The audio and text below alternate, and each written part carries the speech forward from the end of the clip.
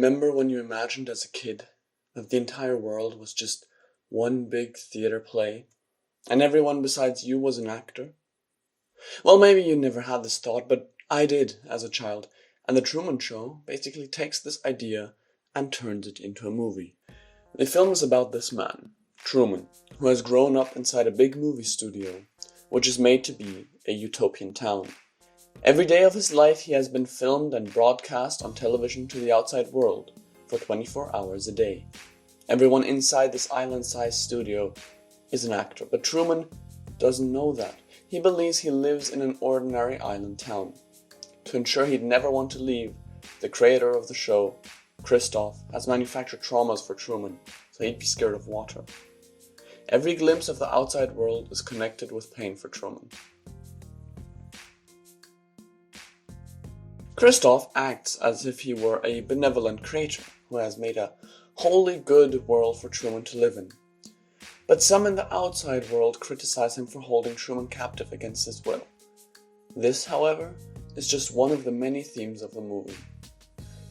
The Truman Show is a great film, in no small part due to its multiple themes. First, you've got the question of what is real, then the question of captor or creator, and finally, we can look at the outside world's obsession with Truman's life. Now please bear in mind that the film poses far more questions than the three aforementioned ones. For example, is state surveillance good? How much is our personal freedom worth? However, if I would discuss everything the Truman Show got me to think about, we'd be here all day.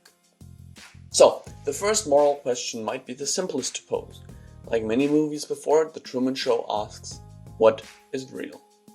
Similarly to The Matrix, Truman lives in a simulation, except that the Truman simulation is more like a theater production. To Truman, before he uncovers the secrets of the island, his life is real. He has no reason to doubt it. From the outside world, his life seems fake. He lives in a big theater play after all. A lot of people on the outside must indeed think his life is fake, because in the beginning of the movie, we as the audience are shown interviews with the main cast. They argue that the Truman Show isn't fake at all because Truman is ignorant to the nature of his world. He acts as if it were real, and thus his actions must be real. Their argument is based off of Truman's knowledge. Because he doesn't know everything around him is fake, and because he acts like it's real, he makes it real and authentic. This, however, overshadows the fact that everything that happens in Truman's life is controlled, from the clothes he wears to the people he loves. I can concede that his actions are authentic, but I find it hard to argue that a play world can be considered real.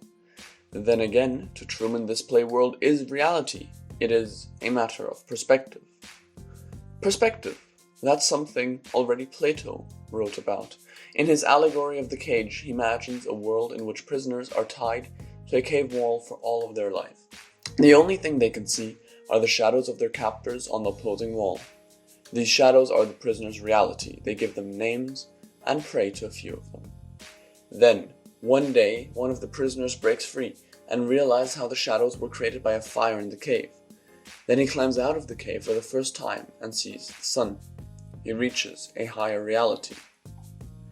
When he returns to tell his friends about what he's seen, they don't believe him. They refuse to be freed. After all, the shadows are their reality. This poses the question, is it enviable to live in a perfect world and be ignorant to the outside? This essentially is also the question of the Matrix. Neo decides to see what reality really is, and so do the other crewmates. But there's one character who doesn't. He makes a deal with the devil to return to the simulation and forget all of his knowledge of the real world. For the simulation is perfect and the real world is cruel. Essentially what he's saying is, ignorance is bliss. Do we have a deal, Mr. Reagan?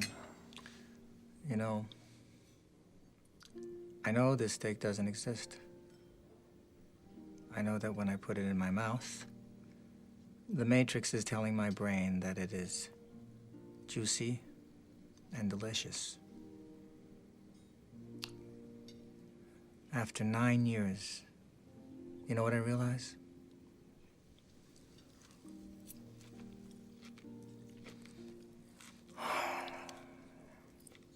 Ignorance is bliss. But is it? Would you rather live in a seemingly perfect world, not knowing about its true horrors? Or would you want to see the gruesome reality for what it really is? Depending on your answer to this question, Christoph is either a creator or a captor. Another aspect of this is the question of happiness. Oftentimes when asked what they wish for their life, humans say they want happiness. And there's nothing wrong with that, right? Who doesn't want to be happy? But the slightly disconcerting part is that Truman has been happy for all of his life. Yet he still wants to find out the truth. He risks his happiness to learn more about the world. If this is so, maybe happiness can't be used as a sole criteria of a good life, at least not for everyone. Maybe we ourselves have to come to a decision of how much we want to know, and in exchange, how much happiness we're willing to sacrifice for that. Happiness versus truth. Because it does tend to be true that those that know the least are seemingly the happiest. Truman decides to leave and face the horrors of reality, and if you think you'd do the same and rather know the horrors of a world than be ignorant to them, you have work to do. Our own world is far from perfect, but oftentimes we in the West are shielded from the worst. So, if you say you'd want to know the truth in Truman's place, why not search for it in yours first? In the Truman Show, we get several scenes showing the outside world. The people are positively obsessed with Truman. There's Truman merchandise everywhere. There are Truman pillows and a Truman cafe. And even the people that don't like the show have free Truman posters. This movie came out in 1998.